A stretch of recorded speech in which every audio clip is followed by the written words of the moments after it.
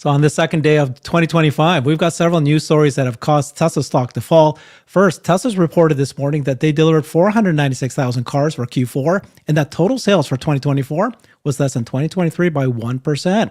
But Wall Street is so dumb, not realizing that Tesla's record energy deployment of 11.4 gigawatt hours is a gain of 17 times more than the reduction from auto.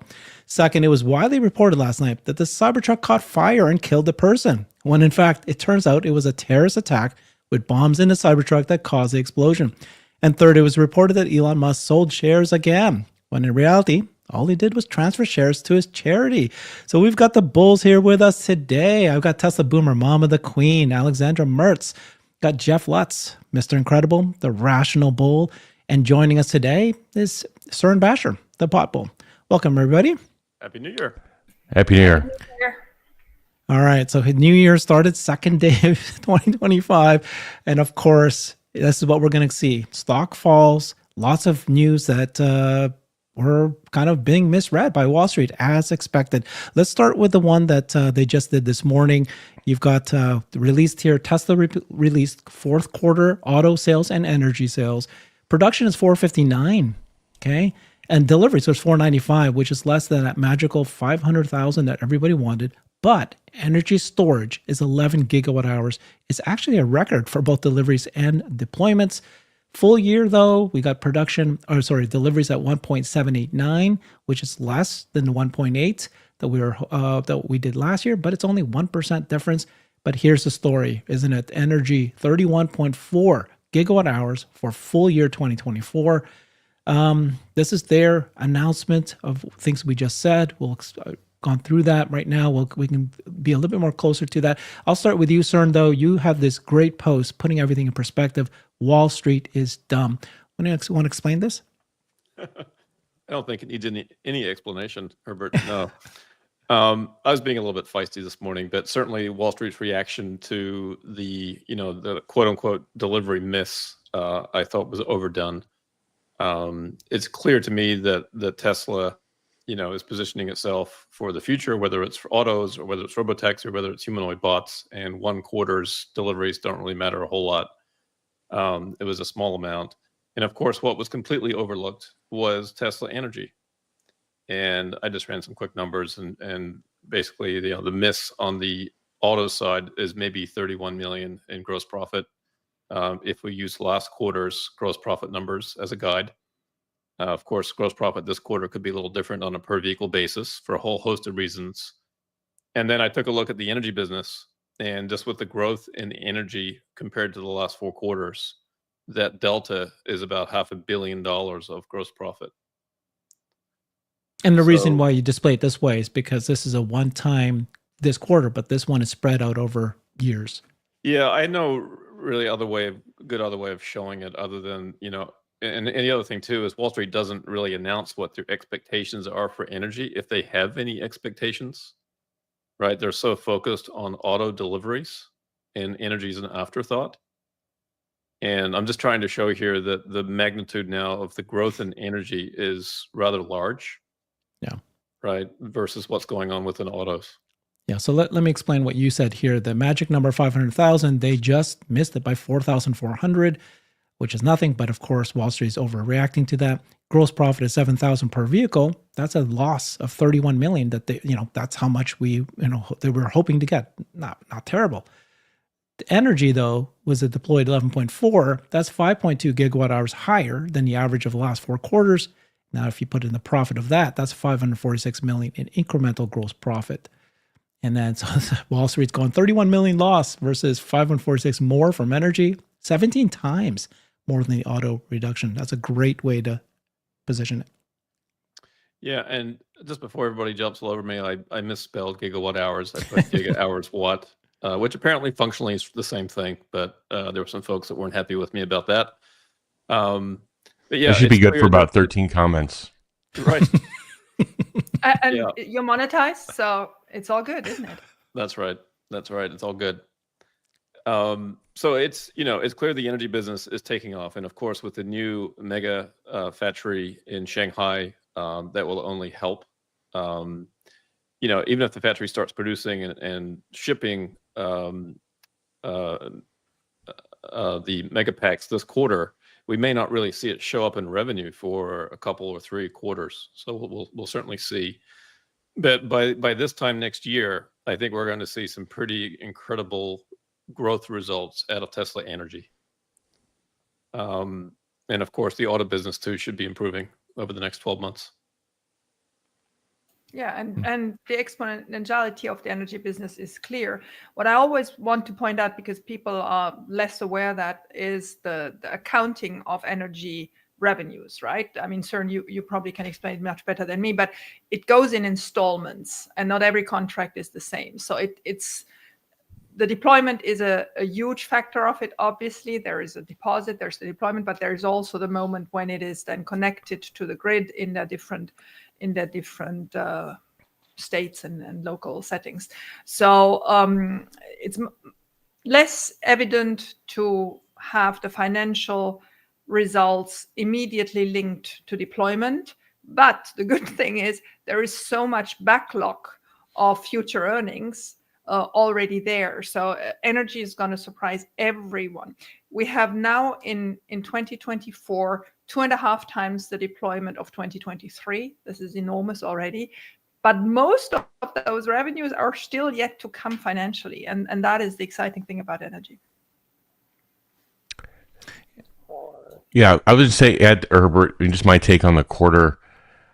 This is, I always like to view things in terms of production. This is, first off, full stop. They missed the whisper number, I think, by 1%, and the consensus number of analysts huddled around a table, I think, by 2%. But that's not what's driving. If you look at the forward multiple in the company, it's not hinged on 506,000.8K units versus 496. That's not, or instead the other way too. Like, what if they beat by 5 to 10K? Would that have really changed the investment thesis of the company on an annualized basis?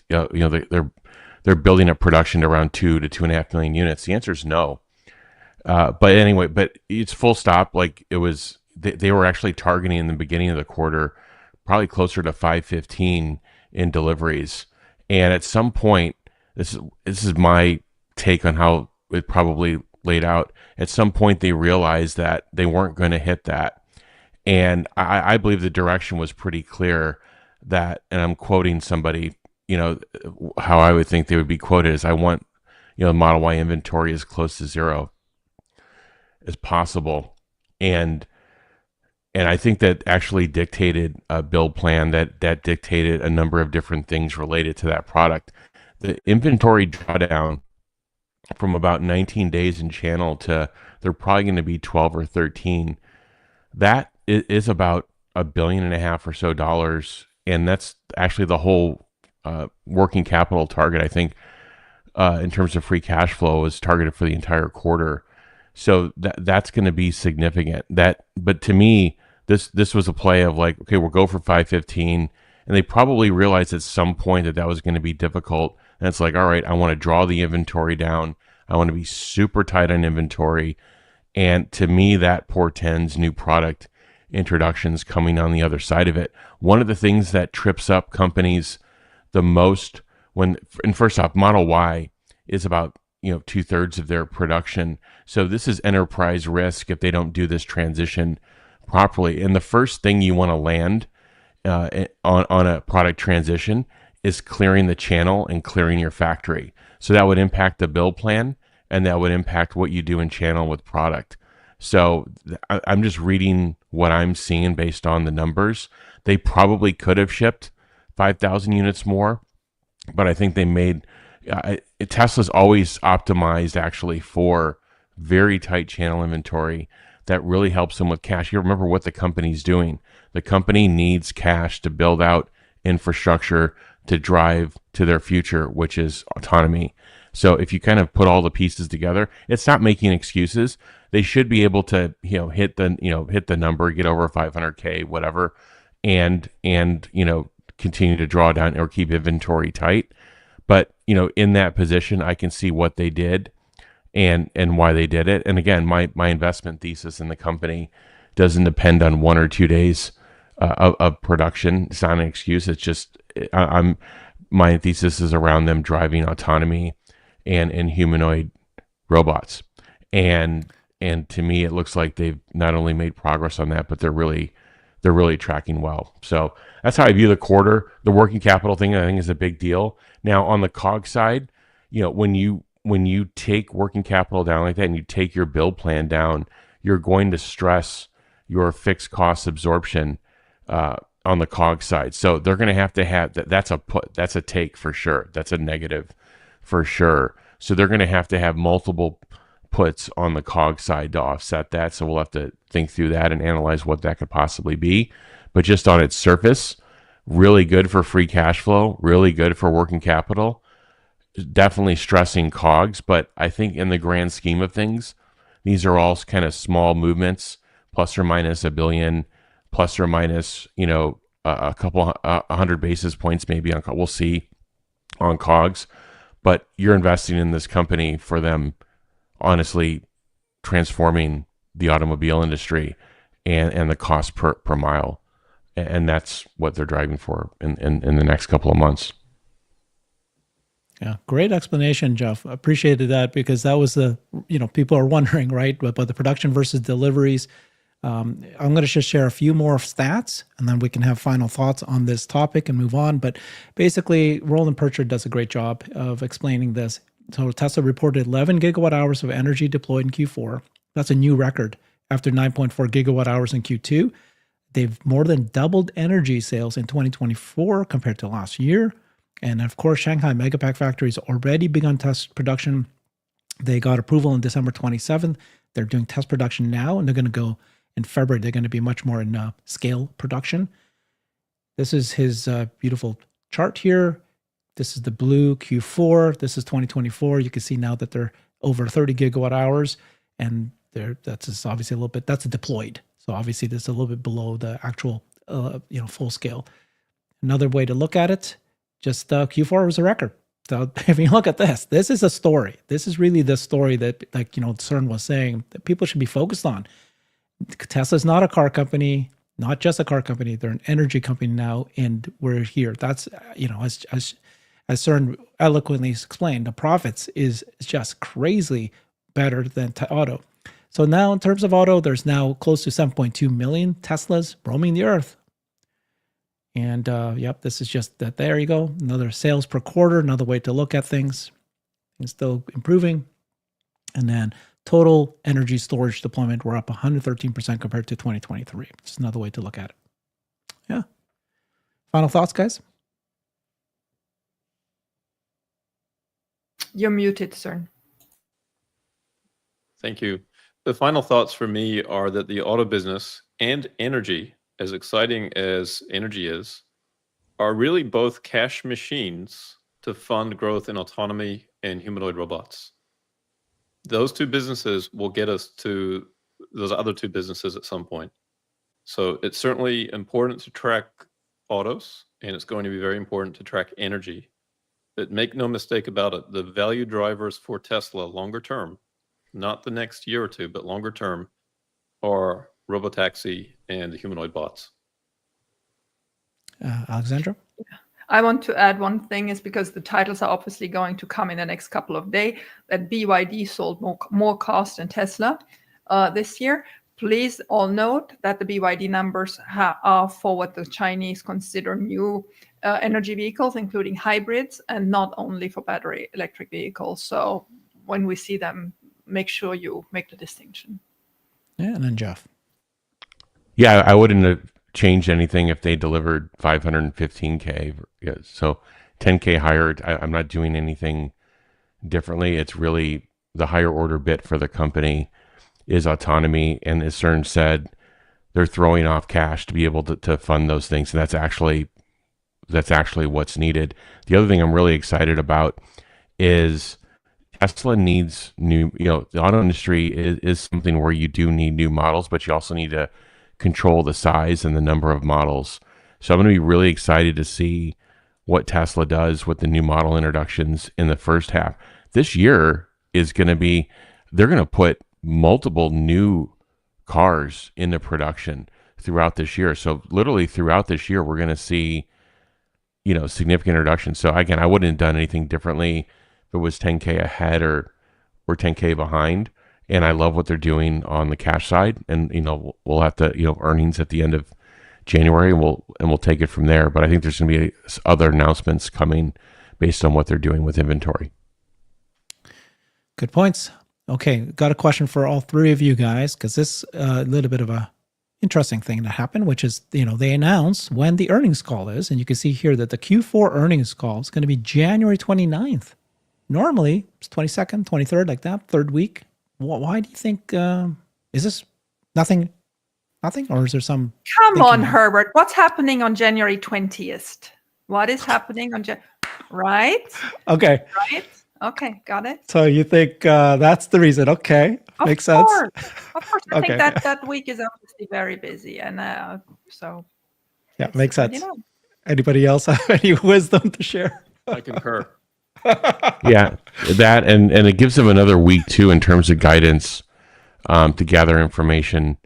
So I think that's going to be a busy week. All right. So basically the theme is Herbert is dumb. That's just kidding. All right, but Wall Street is dumb. We just covered that. Legacy media is dumb. We'll talk about the Cybertruck that happened, terrorist attack, bomb people, but of course they positioned it as that, as a fire. And then we'll talk about what's happening with Tesla stock and who's buying and who's selling. So this, of course, happened last night. There was a blast. Initially, started off like this. People are sharing videos of a Cybertruck in front of the Trump Tower, and the initial reports, of course, was, it's that battery that blew up. Just for some reason, the Cybertruck happened to be sitting in front of the Trump Tower, and the batteries are terrible. So this is the reports, though. So hold on. Here's the actual security camera footage.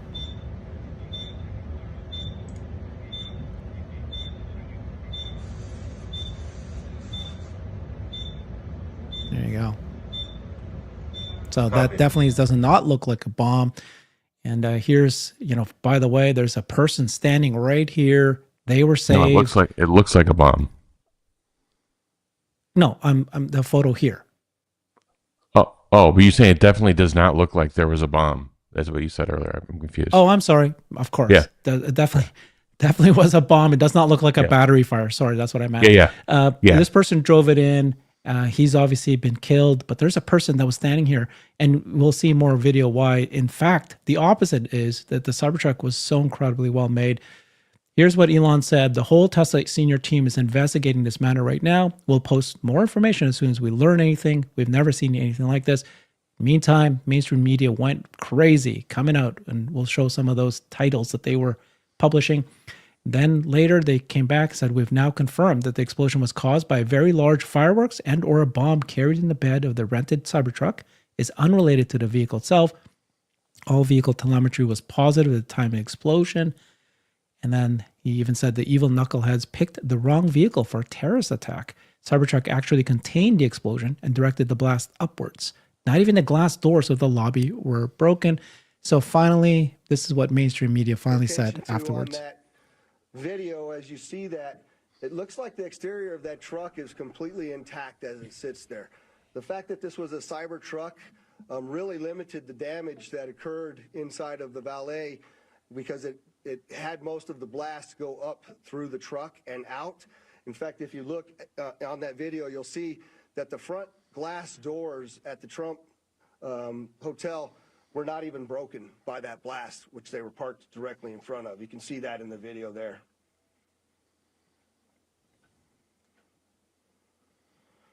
What do you guys think? Well, it's a terrible thing that happened, that somebody would think that that's going to work or do anything, lasting or material damage. But I can't get in the mind of terrorists. The interesting thing from a Tesla perspective, actually, this is probably one of the best, as perverse as it sounds, sales messages for would-be Cybertruck owners. This is a tough truck. Not even a bomb can tear the thing apart. So I think actually sales of Cybertrucks will do very well in 2025. of course, that's not really a focus at this point, but it is impressive how well the Cybertruck withstood that and certainly protected that other gentleman that was standing there. It could have been very bad for him, and I hope he's okay. Well, I think the guy that was standing there was saved. He was fine. Yep. It was the only person who died was the person who drove the car up. Yeah, supposedly there's 7 injuries. Hope everybody's okay. It's unfortunate. It's a crazy world. But the engineering of that vehicle, I mean, that was incredible. The coverage, the media coverage was unbelievable. So, what happened in New Orleans, again, somewhat nameless vehicle, and then what the media was trying to do was trying to connect Tesla, Musk, and Trump Tower, Tesla, Musk, and just get all 3 of those into a title and get it out there, and that's what they do. And then later, when the facts became clearer, they still did it. I was watching the news even at like 11 o'clock at night when everybody knew there's literally dynamite loaded into the truck, and somebody detonated it, and the battery was still intact, by the way. It's another kind of engineering feat of the vehicle. But even then, they were still saying Cybertruck, it still kind of led the news. And, I put a couple of posts out on it. It just, that's how the media is. They're click driven versus, getting you the right information in the first 10 seconds. They'd rather get you something that draws you in to click further, to listen longer. And eventually they tell the kind of the complete story of it, but the headlines are all negative and perverse. And, these businesses, they're polluted with ad spend, political bias, and then the whole thing kind of pollutes like the information they put out. And in the end, the sources of news that just kind of like tell you what's happening are going to win out. And I think you'll continue to see a lot more traffic. Just go to x.com because people just want to know like what's going on. They don't want all this this filtered BS.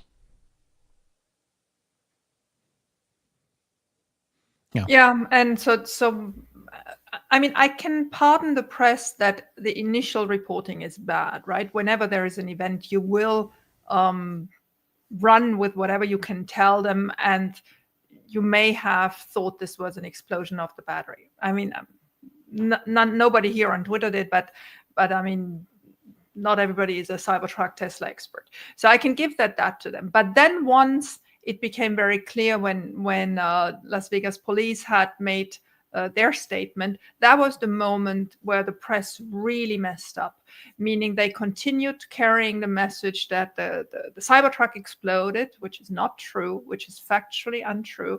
And they continued naming the Cybertruck as if it was the origin of the issue. And so last night I read quite a lot of those statements, and I decided I put out a post asking whether we should do a letter from us shareholders to Tesla's board to consider legal action. I don't think this legal action will go much further, right? I mean, the press is very protected in this country, and most of what they said was cleverly phrased to not be completely wrong. It was misleading, but it was not completely wrong. But some of them were clearly wrong. It was not the Cybertruck that exploded. I think we have that matter, and we also have the matter that the New Orleans Ford truck was not mentioned as being a Ford truck, while here it was always obviously very clearly targeted against Tesla. So I think there is quite a window here for Tesla to take action. Not sure it will go very far because we know how well we're served with the court system, but I do believe we have to draw a line and make sure that the press is on notice that whatever they do, Tesla will react. So I'm going to set up this afternoon a shareholder letter and then a Survey Monkey for people who want to sign up on it for them to fill out. There will be some mandatory information, which is very basic, and there will be some optional stuff if people want to disclose more.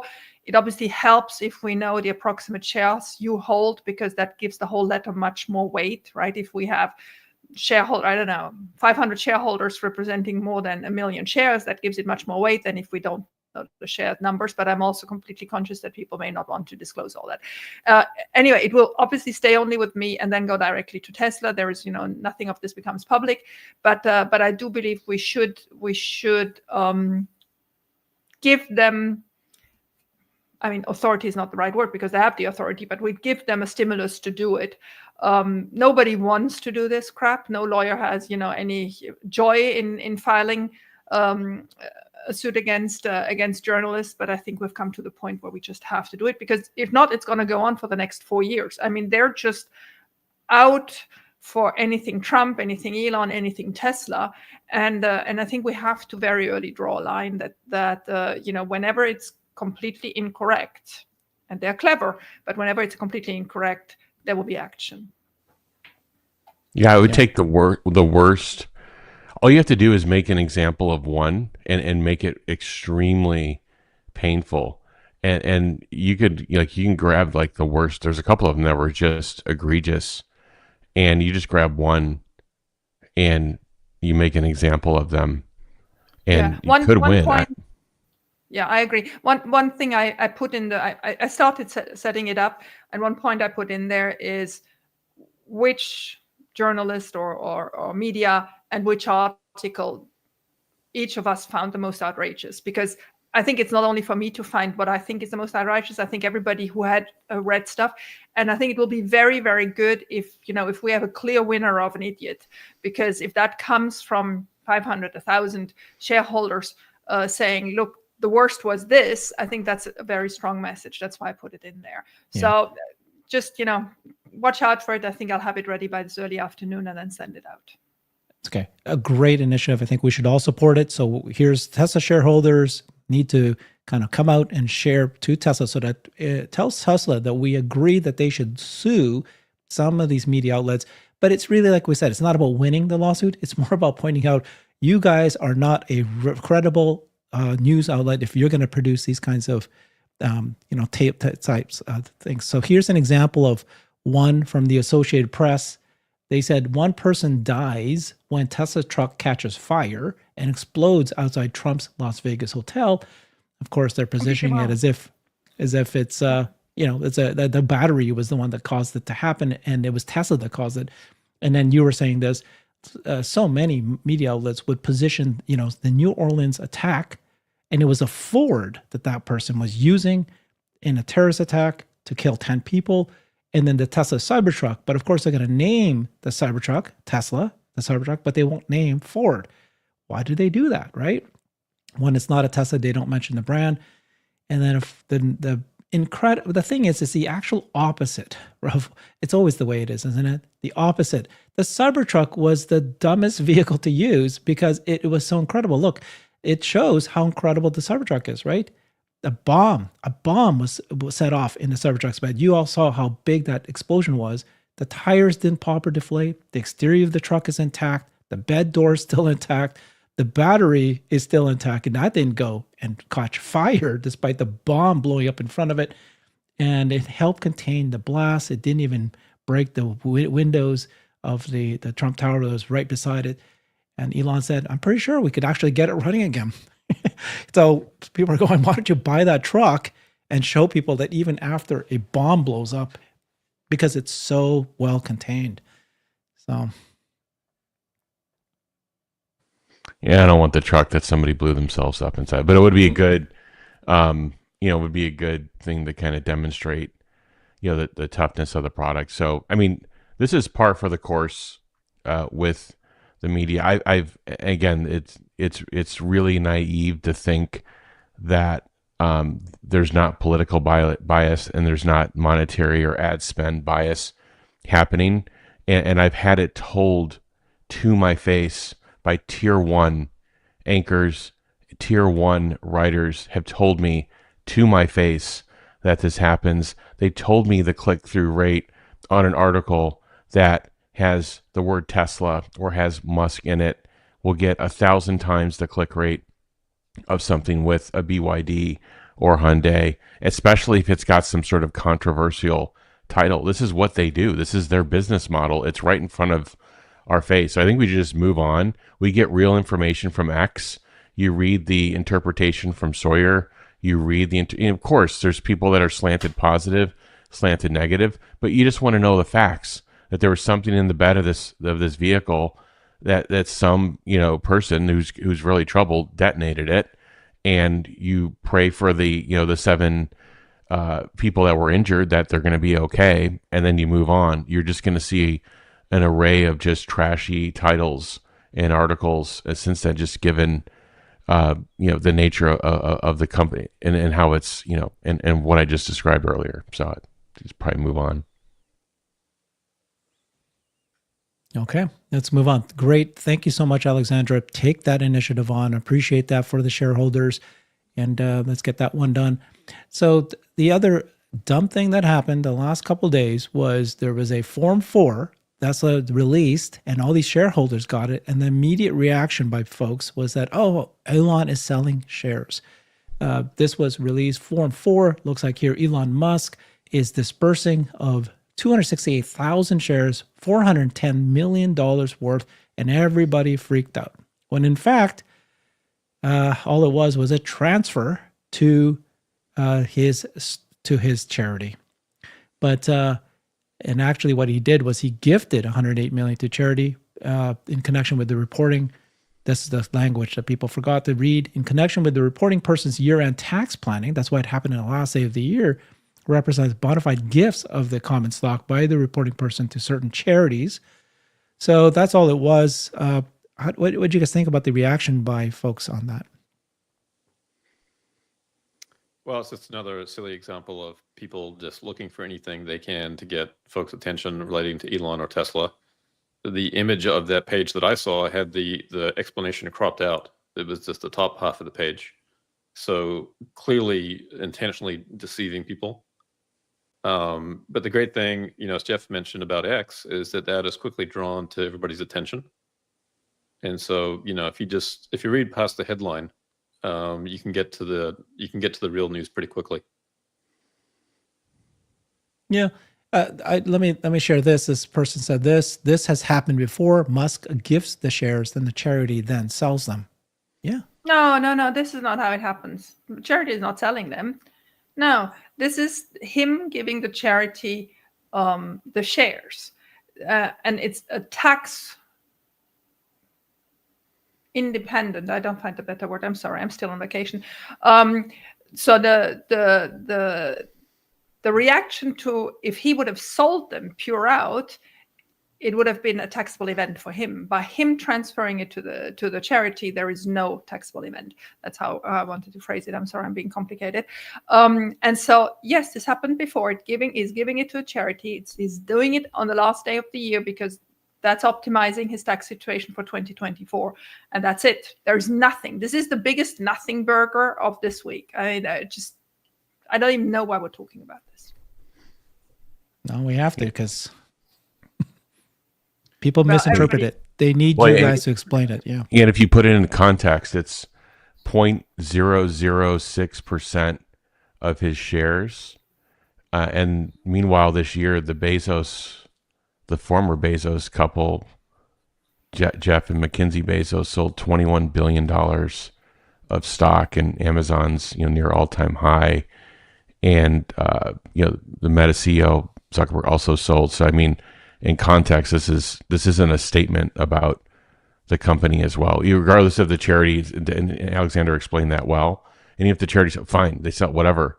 It's 0.006% of the company, of his shares. Sorry.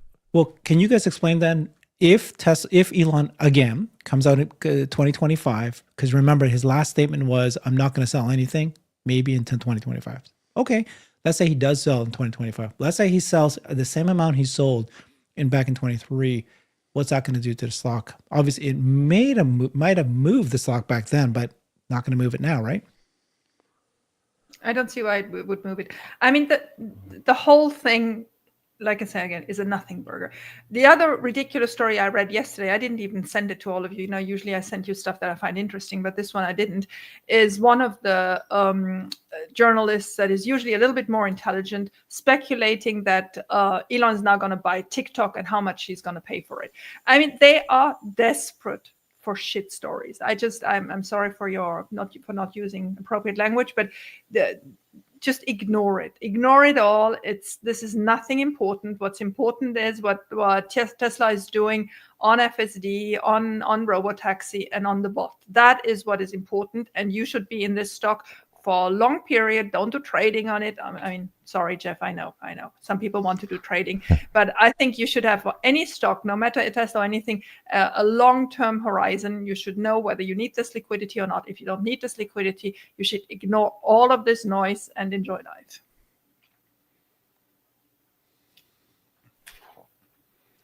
Okay. Next bit here is some people are selling Tesla stock, and some people are saying, why is ARK Invest selling stock? You keep a close eye on these. So go ahead. So ARK was really letting Tesla run. I just recalled it because many people still ignore that. They have no restrictions in their prospectus to hold any stock. They can hold any stock for much more than 10%, but they have communication and promises to their investors, especially institutional investors. I think I mentioned it before. It's a lot of church money in those ARK funds, and these people want their old diversification rules. And so the promise of ARK to those institutional investors is that they purchase any stock, not only Tesla, any stock up to 10%. Then they can let it run, but not add any further. And then when it comes to a level where they just feel it's now too heavy in their portfolios, in their ETFs, then they trim it down. So they have done the last 6 months with Tesla what they've never done before. They went in ARK-K, which is the biggest one, way above 16%. In ARK-W, they went way above 17%. And in ARK-Q, which is the third one, which is the one that also has Bitcoin, they went way above 12%. There, the second biggest stock is their Bitcoin ETF. So they had really let it run to the extremes, never seen those levels before, even in 2001. And now comes December 31st. Now you tell me, well, what is it? Does it matter for an ETF that it's December 31st? Well, of course, the ETF publishes every day their portfolio, but on the 31st of December, they have their annual report, right? This is what is then printed and what is given to all their shareholders and downloadable and there for the ages.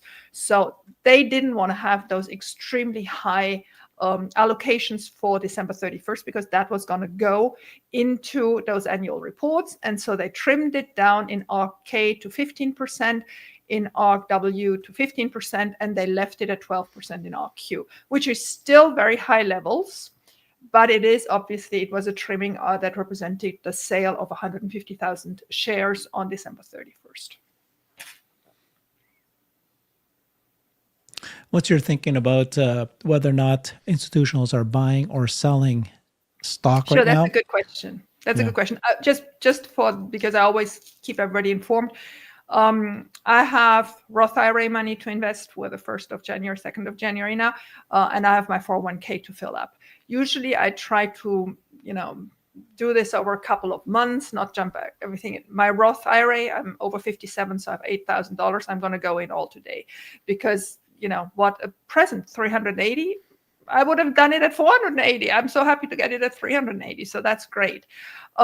So I think a lot of people that are in my situation and can fill their retirement accounts are today using this buying opportunity.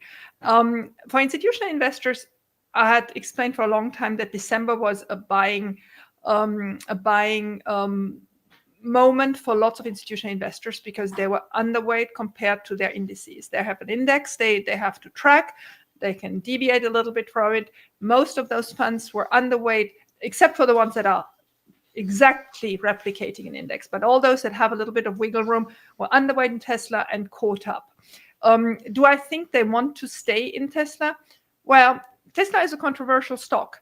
And so now their next moment of publication is going to be in March. So I do expect that in January, some of the people that were not comfortable buying the stock but didn't want to stay underweight are going to sell again. So I always thought January, and said this before, January could be a little bit of a difficult month just because all this volume that come into the Tesla stock may get out. And I mean, we know it since October, we are now a Trump stock, whether we like it or not. So there will be some additional fluctuations with political sentiment. It is what it is. I mean, if this is too much for you to stomach, maybe this is not the right stock for you. I mean, for me, it doesn't matter at all because my view is still a 5 to 10 year horizon, but it is clear that the next couple of weeks, short months, may be a little bit more volatile than what we're used to. And we're already used to a lot. Yeah, I would say just on that, I think you brought up a good point, Alexandra. And this debate happens a lot in terms of do you want Elon close to the White House or not? And I think you just have to be very clear-eyed. None of us, you should, as investors, Elon isn't the difference of 1 or 2 days of production on the quarter. So just like put that to the side, and that's not where you want him. Where you want him is, I just think of what's coming in the future for the company and what he would need to enable. You've got AI regulation that's needed in this country and quite frankly, needed globally. And you need him on that global stage impacting that. That's point one, AI regulation. Point two is a federal framework for autonomy, for vehicular autonomy. Right now it's driven by states. You can't be an integrator or a developer of product and have 50 different requirements coming your way and expect to get the volume scale. This hasn't been a problem for the other companies because they actually don't have a volume scale solution. This is a very big problem and blockage for Tesla that would need to get unblocked and enabled by Elon being in that position in the White House. So a federal framework for the safe introduction of vehicular autonomy. And the third thing is going to be the societal and economical impact of the introduction of humanoid robots. And so if you look at just those three things are gigantic in nature. And I couldn't think of if you think of the pros and cons or the benefits of Elon being close to the White House or being very distant removed, I could see Tesla doing the best tech in the world, and eventually the best tech, can win out.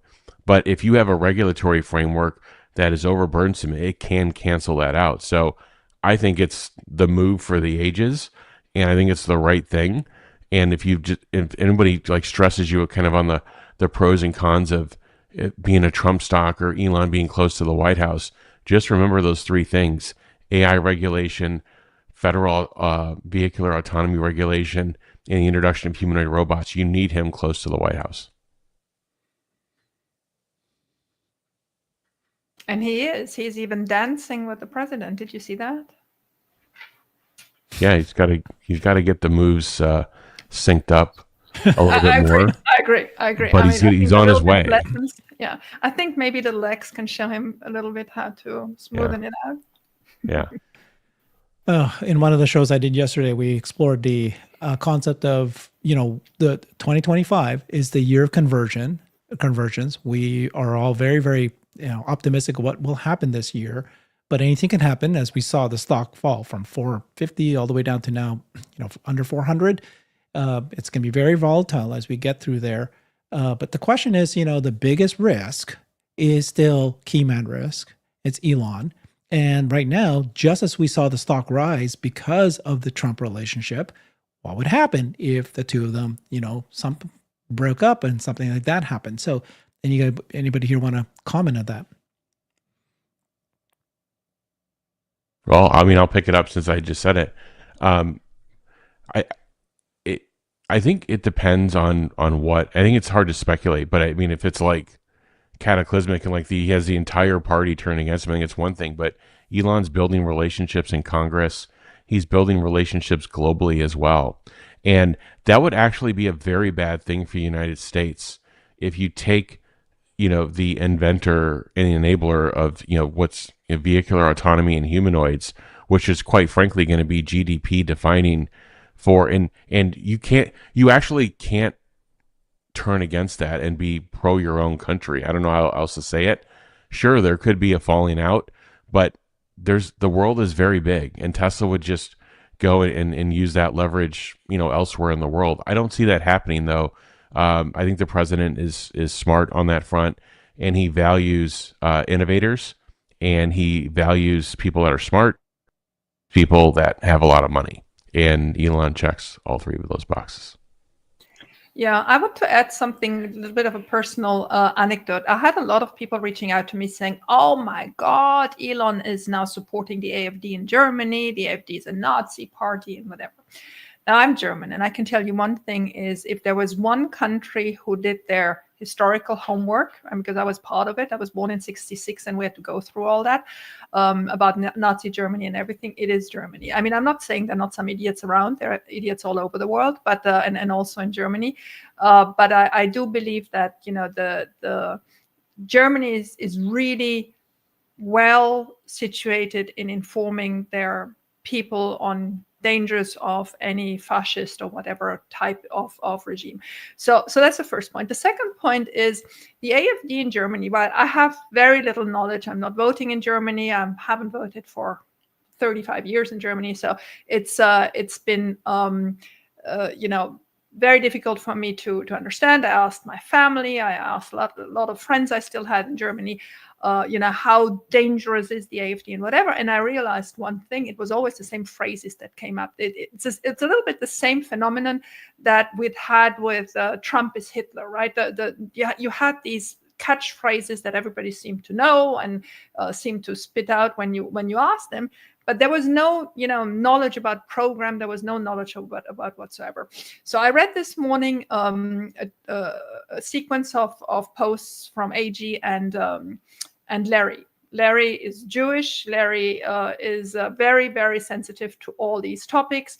We defer a lot on Ukraine politics and all that, but I really respect how well researched his whole thinking about it is. And he researched AfD, and I really invite everybody to read those posts. I mean, I can't replicate them as well as if you read them yourself, because it just shines a light on how little knowledge people have and how manipulated they are, and that they should dig a little bit deeper before they accuse Elon of anything. I always learned the last 4 years, since I've been 4.5 years now, since I've been following Tesla very closely, is that Elon is usually a couple of miles ahead of us, right? He may do dumb stuff and sometimes shoot himself in the foot, but when he is firm on an opinion and when he endorses somebody or something, he has thought this through. He's not just reacting on some minor news. So while you can keep on sending me DMs and I can try to respond to the little I know, the real good source for this, I think, go to AG, he's German, go to Larry, who went into this whole subject with a very critical eye, and maybe that helps. Okay. Thank you very much, guys. That's one last topic, and then let's get to questions. Cern, you had this post here, which is recalls versus over-the-air software update. Sawyer Merritt did a great job kind of explaining the actual truth of in 2024, how many cars, which car companies actually had real recalls and how many had just over-the-air software updates. There have been 34 million recalled vehicles in the US. Tesla leads the list, that's what the media is saying, of manufacturers with 5.1 million recalls. But actually, this is the recalls. Here, look, Tesla, 5.1 million recalls. What's FCA? What's FCA? What's FCA? Yeah, Chrysler, Stellantis. Oh, Chrysler, Stellantis. Okay. Then you got Ford at 4.3, Honda's 3.7. Oh my God, Tesla's the worst car at all. Well, if you look at it based on over-the-air updates, almost all the 5 million is over-the-air updates, and none of the others, few of them are over-the-air updates. And so if you then read through the list now, we got 39,000 cars had to actually be recalled by Tesla, physically recalled, and everybody else was up there. 4.8 million cars, 4 million. It's crazy. So when 99% of your so-called recalled vehicles can be fixed remotely with a software patch, is it really recall? when my iPhone gets software patch fixes, is that a recall every single month, quarter when that happens? No. So what we like to do, Alexandra and the shareholders here, it's time, right? Let's step up and let's make a big deal about this. This is the time for them to stop calling it a recall. NHTSA, change it. Okay, taking it on the mission. I mean, we tried it so far just with public awareness. I think that's not enough. I think we have to directly go to NHTSA, probably with Tesla. But we have to do something. It has to be more than just posting. So let me think this through. Let's get to the press topic the next couple of days, and then I put it on the top of my to-do list. Thank you. Thank you so much. Yeah. One of the things, go ahead, sir. I just want to add, I was absolutely shocked when I looked at that data that Sawyer presented, and when I put those charts together. I was aware that the media sort of, overemphasized the recalls that Tesla had. I didn't fully appreciate that 99+% of Tesla's recalls were fixed with an over-the-air software update. That was shocking to me. And just the fact that the media continually reports the number of recalls that Tesla has, and then we don't hear really anything about the other recalls. It's time. It's past time to fix the terminology for this. It's utterly ridiculous how the media reports this. Yeah, I agree. Let's do it. I had the feeling that 2 or 3 people already had taken this on, but if you feel that it should be on my to-do list, I take it on. It is on your to-do list. Yeah. We've got one of the things about Tesla stock is our shareholder base, and we are pretty powerful. We can be strong, and you lead us, and we need you to lead us. Take us along like you have done so often. Thank you. Let's get to questions. Appreciate the audience here for giving us questions. So Calf Panda asks, what margin can we expect for 2024?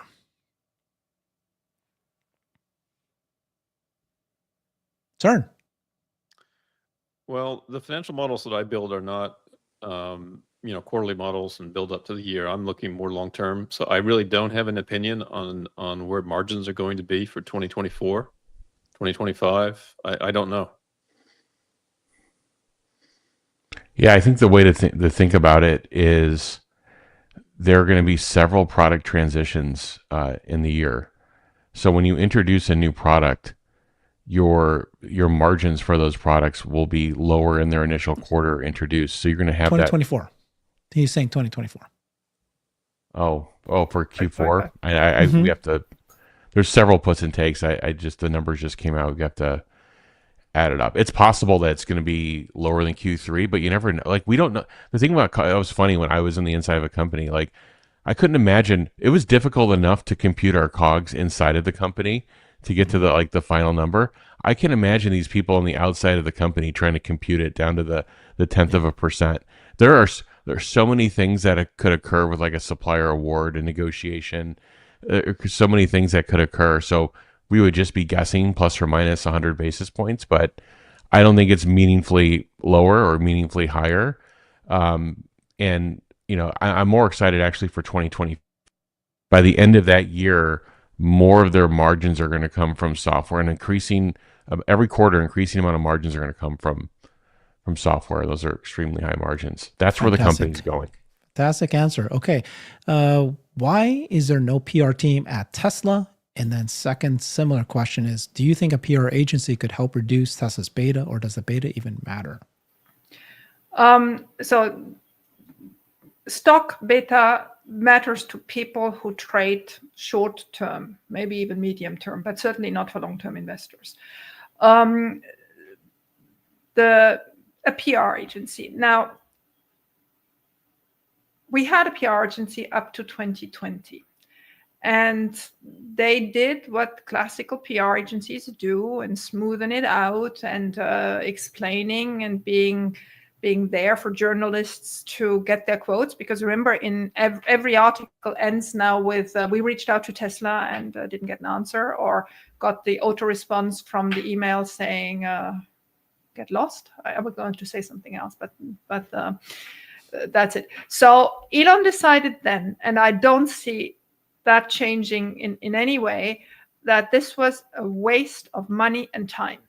And I think he's right, because if you give journalists food, they run with the food, and every story becomes even more of a long-lasting headlines, clickbait adventure. So by just cutting it short, there was nobody to be reached, and if you put out lies, you put out lies. Now we actually have 2 PR agencies. We have X, which is the best PR agency for truth in the world. And we have us shareholders, and I try to do my part in when it really, matters, when it really comes to things that we can influence and not just be reactive to journalists, but be actually proactive in solving issues.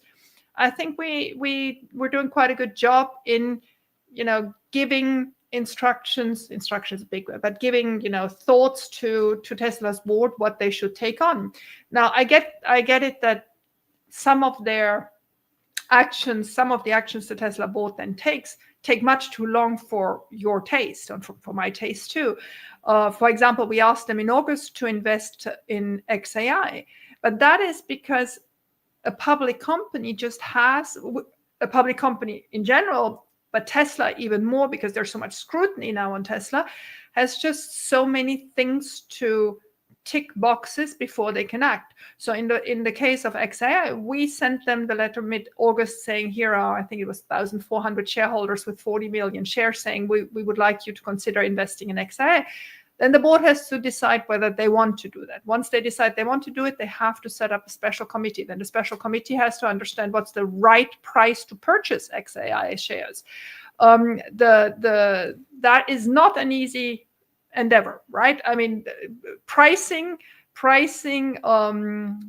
AI companies nowadays is probably the most complicated. Private AI companies probably the most complicated endeavor. Once they have gone through the special committee that has gone through it, it goes back to the board with a recommendation to either do it or not do it. We have no idea where they are in that process, and then the board has to set up a shareholder meeting for us to vote on it. Okay, with the recommendation, what they came up with it. So this is months and months and months of work. In the case of us asking them to increase security of Elon, that happened after the first shooting of now President Trump. I think they acted immediately, right? You don't need to put whatever. In the case of the shareholder letter we're going to send them now with press, I think they're just going to give it to their lawyers and say, okay, do it, try it. Here you have shareholders missioning us to do it. So there will be stuff where they can react relatively quickly, and they're going to be the more important things, like the investment in XR, that are going to take months and months and months, even though we're for it. But nevertheless, the fact that we have expressed our interest so massively is going to give them a really good basis to work on. Thank you for explaining all that. Look at this, Alexandra. What if we draft a letter to Tesla's board of directors with 5 things that we need to address to create free, positive press? I initially read that, definitely. 1, inform about recalls. 2, make a stand on the negative press clickbait. So we talked about those 2. Our present status on a Delaware judge for Elon's raise. You've already done that. Emphasize how the press is not covering how safe Teslas are. I don't know. Emphasize how X is thriving despite negative attack from celebrities with ulterior anti-free speech motives. Well, I mean, X is none of Tesla's business, and they would not be, competent to intervene with that. The recalls I'll do. Let me just get the press thing out of the way. We'll do something about the recalls. We'll make another SurveyMonkey where you can all sign, and the more we are, the stronger this will be. And I think we should ask Tesla for guidance, how we as shareholders can directly intervene with NASDAQ and all those other, relevant entities, because that's where it has to change. But understand the negative press clickbait, we're trying to do that. The present status on the Delaware judge for Elon's case. Let me update you on that. So we have the verdict. We're now going to appeal. We're actually waiting. I think we have another 8 days to file the appeal. I haven't heard yet whether it's filed. I mean, I'm 100% certain that they will file it, but I haven't read yet that it has been filed. The appeal will take a year. Best case is November, could be December or January. So 11 to 13 months. In this period, we're working very diligently with shareholders of other companies to bring forward shareholder proposals to leave Delaware. I'm not really interested whether they leave or not, but I'm interested in keeping that subject on the top of national news because I just want to make sure the pressure is there. The second thing we're working on is there are different other law cases in Delaware. There are still 4 law cases that concern Tesla, but there are also other law cases. Lots of people are unhappy with the current Chancery Court. And I'm working with these people to bring out a concerted message about what is functioning and what is not. The issue I have a little bit is Elon and other people are always throwing out this word, the court is corrupt. That may be true or not, but I would like to be able to prove it before I use that word. And so I'm working on that side. Can't say much more yet at the moment, but we're working diligently on that every day. It's taking hours every day. So that is on that way. So at the moment, I have nothing to say to Tesla's board. They can't do much. I think it's really for us to shape public opinion.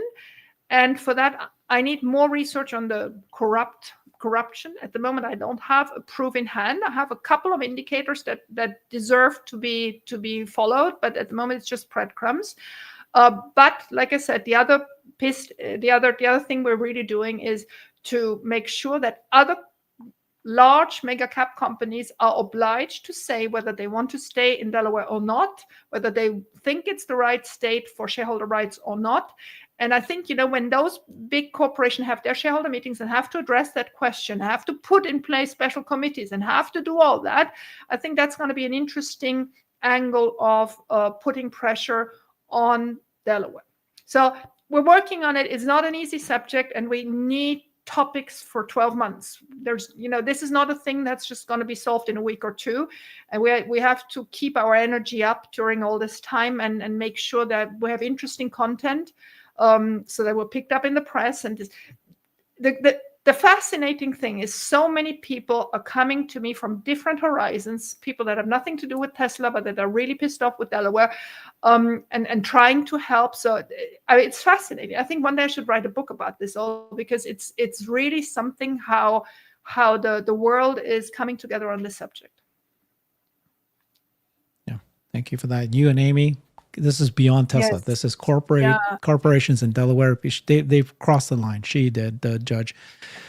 Question for folks here: where will be the next mega factory and factories? I put my neck out and I said I think that there's going to be 2 megapack factories announced. I think before June, the next 2 before the first half. Why? Because they've already completed the second megapack factory in Shanghai. It took them 7 months.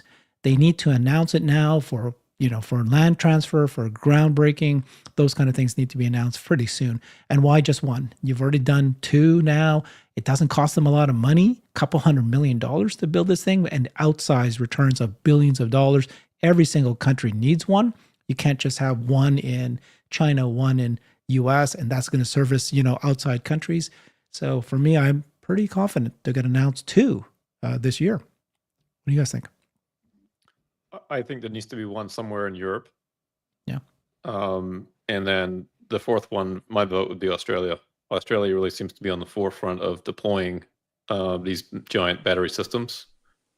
But that likely can be served from the Shanghai factory. But, to the extent you can save a lot of money from shipping these things around the world, you want to build them locally, and Australia seems to be a logical conclusion.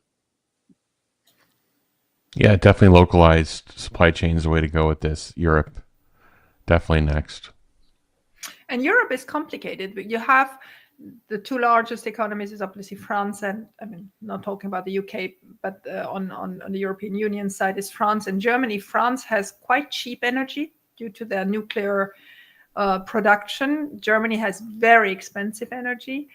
I do believe, not everything with Giga Berlin was a success. I love, by the way, the video they put out yesterday, the 2-minute video on the success of Giga Berlin, because my gosh, they had controversy after controversy. Every month they were thrown another bone, and yet they made it. So not sure we want to repeat the German experience. Maybe it's France. I don't know. Maybe it's the UK. All right. Last question. Do we have time for one more question, guys? is what is the next catalyst on the list of milestones? Is this list available online? I'll be publishing that on X, but I've been showing it on several channels here occasionally. So I guess one question for you guys would be, which will come first? Okay, number one would be new vehicles announced. The more affordable vehicles will be announced. Some sort of event, whether it's just an announcement or more likely it's going to be an announcement and available for sale quickly. That could happen in the first half of this year. It could happen in the second quarter maybe. Or a licensing of FSD. I had Nick Gibbs stick out his neck and saying he thinks that there's going to be an announcement in January 3rd, 29th when they do the fourth quarter, because that's when he usually announces these things. I personally think that there's probably a list of automakers already banging his door. And it's actually Tesla deciding, I don't want you, you're too small. I think you need to, they're picking, choosing who they want, as opposed to the concept of no one's calling them and they're waiting. Why aren't you calling? That's not, I don't think that's what's happening. What do you guys think? I think V13 was a game changer. So I do think, I've been saying that licensing is imminent. I think they're actually late. So I do think that's imminent. Based on the inventory drawdowns on the Model Y, I'd have to think that there's something imminent coming for that. And but Juniper's it's already happening. I think the rumors now is that they're actually taking orders in Shanghai for Juniper. We're not talking Juniper announced from Tesla on any web. We're not Tesla talking website. Juniper though. We're talking about new vehicles. Yeah. Okay. Well, you asked me what's okay. You think that Juniper is going to be a catalyst? No, we're talking about catalyst, right? You think that Juniper could be a catalyst? Sure. It's a new vehicle. Yeah. Maybe. No, I'm agreeing that I think the license. I think but licensing is it not on imminent. his? Is it's it just not on his complicated. milestone list? No, it's on a milestone list. We're asking the question of which ones will be the next catalyst of the milestone list. I think Juniper is just like Model 3. It's not going to make the stock jump. It's not going to change anybody's minds. It's just another thing that's. I mean, good. if it is a much cheaper version of the Model Y. What? No, Juniper is going to be, I think that's been, again, sources, but reported in Chinese news that it's going to be the same price. Okay. But I doubt it. I don't think they're going to lower. Yeah, I get you're saying it may not cause some sort of gigantic move, but it is a big deal for the company. It's 2/3 of their production transitioning to a new model. But I get your point. I think it's FSD licensing, and I think the lower cost vehicles won't be announced until they're available closer to delivery time. I think we'll see. So what's your guess? April, May? Yeah, probably closer to that time than earlier. But Tesla's difficult to predict too. But yeah, what you wouldn't want to do is you wouldn't want to release Juniper and then a month later to say, oh, by the way, there's these highly capable vehicles with the same FSD computer, all the same capabilities that are going to be 20% cheaper to buy coming in 6 months. Like, you wouldn't want to do that. You'd cause yourself a lot of problems. So I'd have to think that those vehicles would have to be rolling off the line before they do an announcement, but we'll see. Oh, by the way, I was just thinking about Europe. How about Italy with all this good relationship? I said that. Yeah, I agree with that. But I said the same thing Say because that you know how the 5 months relationship ago? with her. But everybody says to me, most people say, no, they're just that's social. They're just like. I think everybody's trying to beg for the Megapack factory. That's why they're shaking hands. They want it in their country. So Tesla's really at the driver's seat here. In terms of catalysts, the catalysts that I want to see are related around autonomy and the bots. Right. I'd love to see Optimus continue to develop and continue to show additional skills and further deployment in Tesla's factories. That for me those are important catalysts. Now, whether Wall Street will recognize that, I don't think so. And also, just real quickly, back to the question about beta. Let me just mention this, that all financial equations, theorems are theorems. They're not like physics where there are laws. right? So equations that have beta in them, it's purely theoretical. Betas are not stationary. The fact that Tesla's beta today may be high doesn't mean that it will always be high. In fact, it'll likely go down as the company grows and becomes more mature. So just be aware of that. The folks that talk about beta and make proclamations about, what Tesla's cost of capital should be going out to, 2040 or whatever it is. If you're relying on beta for that, that's probably not the best measure. Now, the good thing about beta is a high beta is that it gives options a lot of value. So from a trading perspective, a high beta stock is much more attractive than a low beta one. So again, I just wanted to address that question. All right. Thank you so much, Cern. Thank you for providing that information on the recall. Of course, Alexandra, geez, we need you more than ever. It's the whole show today. Wait. What's the cheese thing? Which cheese? Camembert cheese? What are you talking about? Well, you said, and of course, Alexandra, cheese. What's the cheese? Oh, You Did I said say G's. I think I say G's. said G-E-Z. G's. Right. Oh, no. And you don't let, so you went to Hawaii. Did you check out our hotel? Did you find good restaurants? It Did was you a very book? good hotel. Yeah, we had a great time. Fantastic time.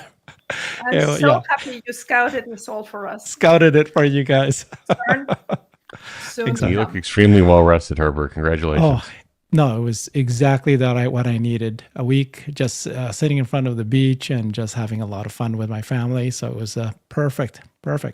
Wonderful. We're so Thank you, happy guys. for you. Thank Yeah, you for thank you. inviting us. Okay. Bye, everybody. Oh, Bye-bye. Jeff, of course. Thank you for your contribution today. See you guys. Yeah, you too, Jeff. See you later.